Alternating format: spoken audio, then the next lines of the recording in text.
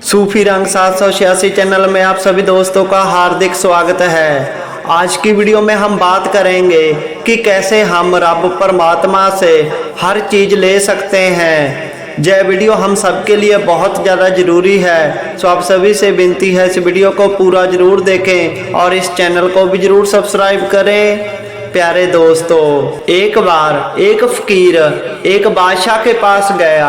वह बादशाह बहुत ही ज़्यादा अहंकारी और क्रूर बादशाह था। वह इतना लालची था कि उसको जहाँ पर भी धन दौलत रुपया पैसा या कोई भी मूल्यवान वस्तु मिलती वह उसको अपने महलों में लेकर आ जाता था, चाहे उसके लिए उसको कितनी बड़ी भी कोई कीमत देनी पड़े, चाहे किसी को मारना पड़े, किसी का खून करना पड़े, वह मारने से भी नहीं कतराता था। इतना बड़ा वह लालची था। तो फकीर ने सोचा कि इसका लालच दूर किया जाए और इसको सही रास्ते पर लेकर आया जाए। इसीलिए उस फकीर ने एक ब्योंत बनाई।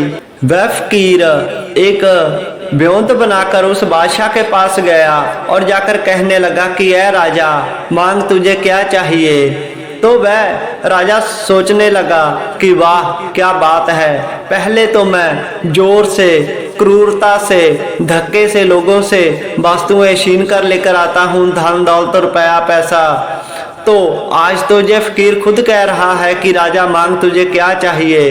यह बात सुनकर वह राजा मुस्कुराते हुए बोला कि ऐ फकीर, तू मुझे क्या दे सकता है। तो वह फकीर बोले कि राजा, आज जो तू मांगेगा तुझे मिलेगा, जो तू सोचेगा, जिस चीज को तू कहेगा वह तेरी हो जाएगी। यह सुनकर वह राजा बोला कि ऐ फकीर, आप मुझे क्या दे सकते हैं। तो फकीर बोला, मांगो जो मांगना है। तो वह राजा कहने लगा कि आप ही बताओ मैं आपसे क्या मांगूं। तो वह फकीर कहने लगे कि बादशाह, मैं तुझे वही दूंगा जो तुझे चाहिए, बस मुझे 5 खाली कमरे चाहिए। बादशाह ने उस फकीर को 5 खाली कमरे दे दिए। तो फकीर ने अपनी करामात से पहले कमरे में सोने के सिक्के रख दिए, दूसरे में चांदी के सिक्के रख दिए, तीसरे में मोती हीरे और जवाहरात रख दिए। ऐसे ही उस फकीर ने अपनी करामात से अलग अलग कमरे में अलग अलग मूल्यवान वस्तुएं रख दी। ऐसे ही उस फकीर ने 4 कमरों में मूल्यवान वस्तुएं रख दी और 5वें कमरे में जो ईंट रोड़ा होता है वहां पर ईंट के छोटे छोटे रोड़े रख दिए।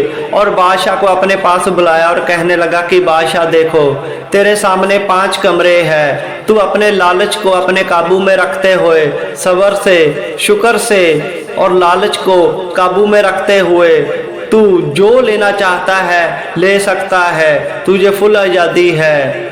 यह सुनकर वह बादशाह बड़ा खुश हुआ। तो वह पहले कमरे में गया तो उसने देखा कि उसमें सोने के सिक्के भरे हुए हैं।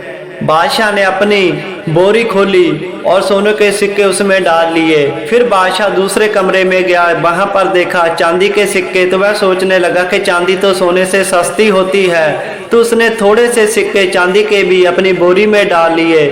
और फिर वह तीसरे कमरे में गया, वहां पर उसे मोती मिले तो उसने वहां से भी मोती के बोरे भर लिए।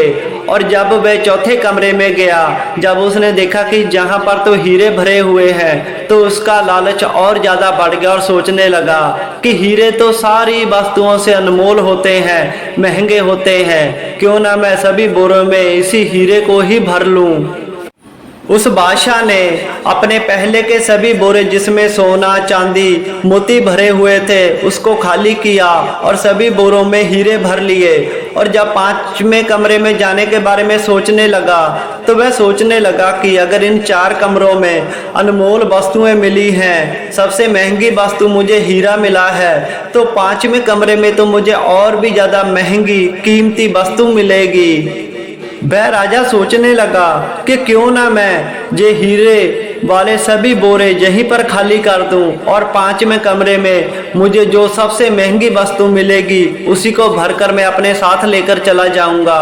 यही सोचकर उस बादशाह ने हीरे वाले बोरे सभी वहां पर खाली कर दिए और 5वें कमरे की ओर बढ़ा। जब वह 5वें कमरे में दाखिल हुआ, अंदर देखा तो वह हैरान रह गया कि उसमें कंकड़ रोड़े थे और कुछ भी नहीं था। यह देखकर वह राजा बड़ा हैरान परेशान हुआ।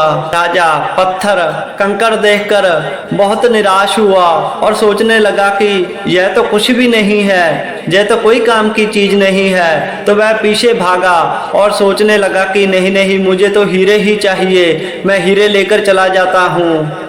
जैसे ही वह चौथे कमरे में गया हीरों वाले में, तो वहां पर देखा कोई हीरा वहां पर नहीं है, वह कमरा खाली है। फिर वह तीसरे कमरे में गया, वह भी कमरा खाली, दूसरा भी खाली और पहला भी खाली कमरा था। और जब उसे कुछ नहीं मिला तो वह फकीर के पास गया और जाकर सारी बात बताई। तो फकीर कहने लगे कि यह बादशाह, मेरी बात को ध्यान से सुन।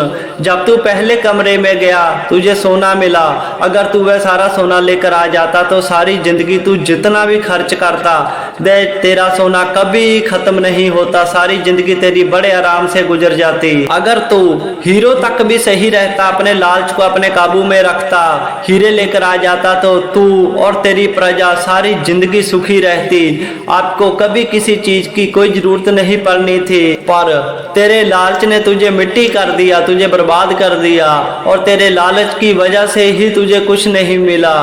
सो जय ज्ञान की बात उस राजा को समझ में आ गई, तो उसने अपना लालच छोड़ दिया और सब्र शुक्र से अपनी जिंदगी व्यतीत करने लगा। सो प्यारे दोस्तों, इस कहानी में बहुत बड़ा राज है कि अगर आप भी अपनी जिंदगी में लालच छोड़कर जो हमें परमात्मा ने दिया है उसमें सब्र करें, उसका शुक्राना करें, तो हमारी जिंदगी बहुत से दुख तकलीफें परेशानियों से हम बच सकते हैं और जिंदगी बड़े आराम से गुजर जाएगी, सुख शांति से। अगर आप लालच को दूर कर देंगे तो आपकी जिंदगी के बहुत से दुख वैसे ही दूर हो जाएंगे। अगर आप सब्र शुक्र करोगे तो परमात्मा आपको कभी किसी चीज की कोई कमी नहीं होने देंगे। सो इन बातों पर आप गौर जरूर करें। इस वीडियो को ज्यादा से ज्यादा शेयर करें, चैनल को सब्सक्राइब करें। आपका पीरो मुर्शद आपकी हर आस मुराद पूरी करे। आमीन।